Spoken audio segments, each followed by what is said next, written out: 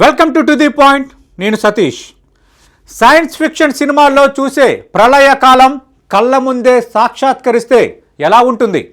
నిన్నటి వరకు మంచు దుప్పటి కప్పుకున్న అగ్రరాజ్యాలు నేడు అగ్ని గుండాలుగా మారితే ఆ బీభత్సం ఎలా ఉంటుంది? అవును, ఇప్పుడు ప్రపంచ పటంలో సంపన్న ఖండంగా పిలువబడే యూరప్ విలవెల్లాడిపోతోంది. కనివిని ఎరుగని రీతిలో సూర్యుడు ప్రళయ రుద్రుడిలా మండిపడుతున్నాడు. రోడ్లు లావాలా కరిగిపోతున్నాయి. బుల్లెట్ రైళ్లు పరిగెత్తాల్సిన ఇనుపు పట్టాలు మైనంలా వంకరలు తిరుగుతున్నాయి. ఇది కేవలం వాతావరణ మార్పు మాత్రమే కాదు, తెర వెనుక జరుగుతున్న ఒక భయంకరమైన జియో పొలిటికల్ క్రైసిస్.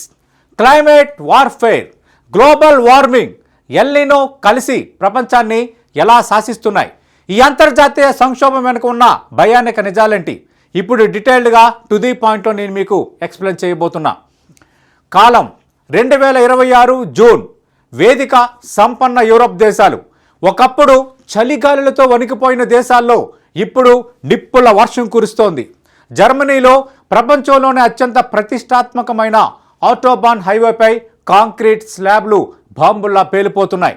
డెన్మార్క్లో 1874 తర్వాత, అంటే దాదాపు 150 ఏళ్ల తర్వాత అత్యధికంగా 37 డిగ్రీల సెల్సియస్ ఉష్ణోగ్రత నమోదైంది. స్విట్జర్లాండ్ మంచు శిఖరాలు కరిగిపోతుంటే చెక్ రిపబ్లిక్లో 40.8 డిగ్రీల వేడితో రికార్డులు బద్దలవుతున్నాయి. యూకే, ఫ్రాన్స్, ఇటలీ దేశాలు రెడ్ అలర్ట్ ప్రకటించి ఊపిరి బెగపట్టుకొని చూస్తున్నాయి. ఇది ఒక దేశానికో ఒక ప్రాంతానికో పరిమితమైన సమస్య కాదు, ఒక అంతర్జాతీయ విపత్తు. ఇదంతా ఒక ఎత్తు అయితే అసలు అక్కడ క్షేత్రస్థాయిలో పరిస్థితి చూస్తే గుండె గుబేలంటోంది. పల్లెటూరి జనాలకు కూడా సూటిగా అర్థమయ్యేలా చెప్పాలంటే మనుషులు బండ్లు తిరిగే నల్లటి తారు రోడ్లు నిప్పుల సెగకు కరిగిపోయి ద్రవంలా మారుతున్నాయి. గట్టి సిమెంట్ రోడ్లు సైతం ఆ వేడిని తట్టుకోలేక నిలువునా బద్దలై నెర్రలు చీలుతున్నాయి.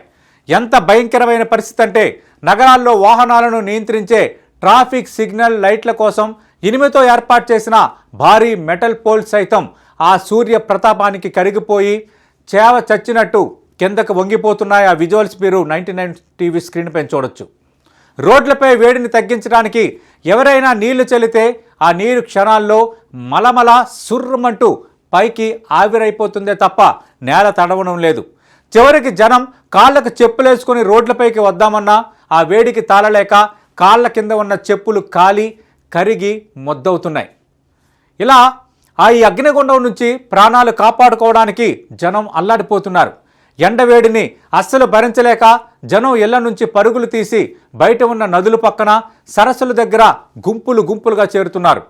ఆ చల్లటి నీటిలో దూకి కాసేపైనా ఉపశమనం పొందేందుకు ప్రయత్నిస్తున్నారు. మరోవైపు ఈ విలవి నుంచి ప్రజలను కాపాడడానికి అక్కడ ప్రభుత్వాలు యుద్ధ ప్రాతిపదికన రంగంలోకి దిగాయి. వీధుల్లో తిరిగే జనం సొమ్మసిల్లిపోకుండా ఉండేందుకు పెద్ద పెద్ద ఫైర్ ఇంజిన్లను రోడ్లపైకి తెచ్చి వాటి ద్వారా గాలిలోకి నీళ్లను తుంపర్లా వెదజల్లుతున్నారు. కృత్రిమంగా వర్షం కురిపించినట్టుగా గాలిలో నీటిని స్ప్రే చేస్తూ జనానికి కాస్తైనా చల్లదనాన్ని అందించేందుకు అగ్నిమాపక సిబ్బంది అహర్నిశలు శ్రమిస్తున్నారు. ఈ మొత్తం బీభత్సానికి వెనుక ఉన్న అసలు విలనెవరు? క్లైమేట్ సైంటిస్టులు ఒక షాకింగ్ నిజాన్ని బయటపెట్టారు. గ్లోబల్ వార్మింగ్కు తోడుగా పసిఫిక్ మహాసముద్రంలో పుట్టిన ఎల్నినో అనే రాక్షస అలలు ప్రపంచ వాతావరణ సమతుల్యతను దెబ్బతీస్తున్నాయి. ఎల్నినో ప్రభావంతో భూమిపై ఉష్ణోగ్రతలు అదుపు తప్పాయి. వాతావరణంలో పేరుకుపోయిన గ్రీన్ హౌస్ వాయువులు భూమిని ఒక ప్రెజర్ కుక్కర్లా మార్చేశాయి. ఈ వేడి గాలుల దాడికి యూరప్ అతలాకుతలమవుతోంది. శాస్త్రవేత్తలు హెచ్చరిస్తున్న దానికంటే వేగంగా గ్లోబల్ వార్మింగ్ భూమిని మింగేయడానికి సిద్ధమవుతోంది. కథ ఇక్కడతో ముగిసిపోలేదు. ఈ హీట్ వేవ్ ఇప్పుడు ప్రపంచ జియో పాలిటిక్స్, ఆర్థిక వ్యవస్థలను శాసించే స్థాయికి చేరింది. ఫ్రాన్స్లో అణుశక్తి కేంద్రాలు వాతావరణం వేడెక్కడం వల్ల కూలింగ్ సమస్యలను ఎదుర్కొంటున్నాయి. అటు నీటి లభ్యత తగ్గడంతో పవర్ ప్లాంట్లు విద్యుత్ ఉత్పత్తిని తగ్గించాల్సి వస్తోంది. యూరప్లో ఎనర్జీ క్రైసిస్ మొదలైతే ఆ ప్రభావం గ్లోబల్ మార్కెట్లపై పడుతుంది. రష్యా యుక్రెయిన్ యుద్ధం తర్వాత ఇప్పటికీ ఇంధన కొరతతో ఉన్న యూరప్ను ఇప్పుడు ఈ ప్రకృతి విపత్తు మరింత దెబ్బతీస్తోంది. సూపర్ పవర్స్ అని గర్వపడే దేశాలు కరెంటు లేక, ఏసీలు నడవక, రవాణా వ్యవస్థలు స్తంభించిపోయి మోకాళ్లపై పడే పరిస్థితి వచ్చింది. ఇది క్లైమేట్ చేంజ్. అగ్రరాజ్యాల ముఖంపై కొట్టిన చెంప దెబ్బ. ఇది కేవలం ఆర్థిక నష్టం మాత్రమే కాదు, ఒక సైలెంట్ మాస్ మర్డర్. అవును, ఈ వేడి గాలులు మనుషుల ప్రాణాలను నిశ్శబ్దంగా హరిస్తున్నాయి. ఒక ఫ్రాన్స్లోనే తాజా నివేదికల ప్రకారం 1000 మందికి పైగా అదనపు మరణాలు నమోదయ్యాయి. ప్యారిస్ నగరంలో మార్చిరీలు నిండిపోతున్నాయి. జర్మనీ, పోలాండ్, హంగేరీ దేశాల్లో 40 డిగ్రీలు దాటిన ఉష్ణోగ్రతలకు లక్షలాది మంది అనారోగ్యం పాలవుతున్నారు.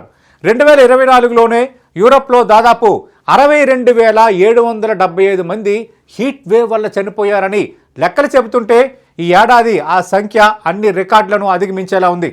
అత్యంత దారుణమైన విషయం ఏంటంటే రాత్రిపూట కూడా ఉష్ణోగ్రతలు తగ్గకపోవటం. అంటే ప్రజలకు శ్వాస పీల్చుకోవడానికి కూడా ప్రకృతి అవకాశం ఇవ్వడం లేదు. వేడి తట్టుకోలేక నీటి వనరుల వైపు పరుగులు తీస్తున్న జనం ప్రమాదాల బారిన పడుతున్నారు. నదులు, సరస్సుల్లో స్నానానికి వెళ్లిన కొందరు ప్రాణాలు కోల్పోతున్న ఘటనలు భయాందోళనలు కలిగిస్తున్నాయి.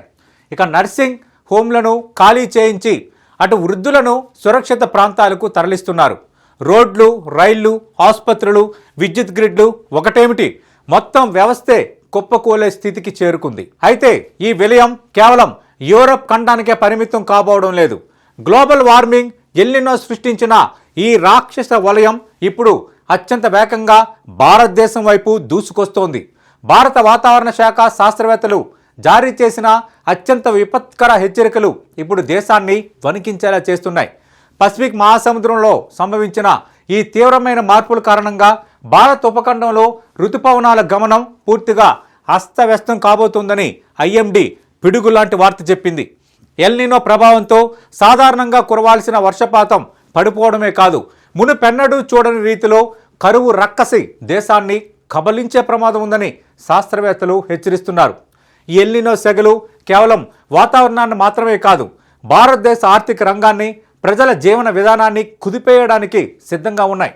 ఐఎండీ అంచనాల ప్రకారం దేశంలో పౌర సరఫరాలు, వ్యవసాయ రంగం తీవ్రమైన సంక్షోభంలో కూరుకుపోయే ప్రమాదం ఉంది. వర్షాలు ముఖం చాటేస్తే పంటలు ఎండిపోయి ఆహార కొరత ఏర్పడుతుంది. ఇది దేశంలో ద్రవ్యోల్బణాన్ని ఆకాశానికి తీసుకువెళ్తోంది. మరోవైపు దేశవ్యాప్తంగా ఉన్న జలాశయాల్లో నీటి మట్టాలు అడుగింటిపోతుండడంతో రాబోయే రోజుల్లో తాగునీటి కోసం అల్లాడాల్సిన భయంకర పరిస్థితులు ముంగిట కనిపిస్తున్నాయి. అగ్ర రాజ్యాలనే మోకాలపై నిలబెట్టిన ఎల్నినో ఇప్పుడు భారతదేశ సార్వభౌమత్వాన్ని, స్థిరత్వాన్ని పరీక్షించడానికి సిద్ధమైంది. చూశారుగా, ఒకప్పుడు ప్రపంచాన్ని శాసించిన యూరప్ ఖండం ఈరోజు ప్రకృతి విసిరిన వేడి బాణానికి ఎలా విలవెల్లాడుతుందో.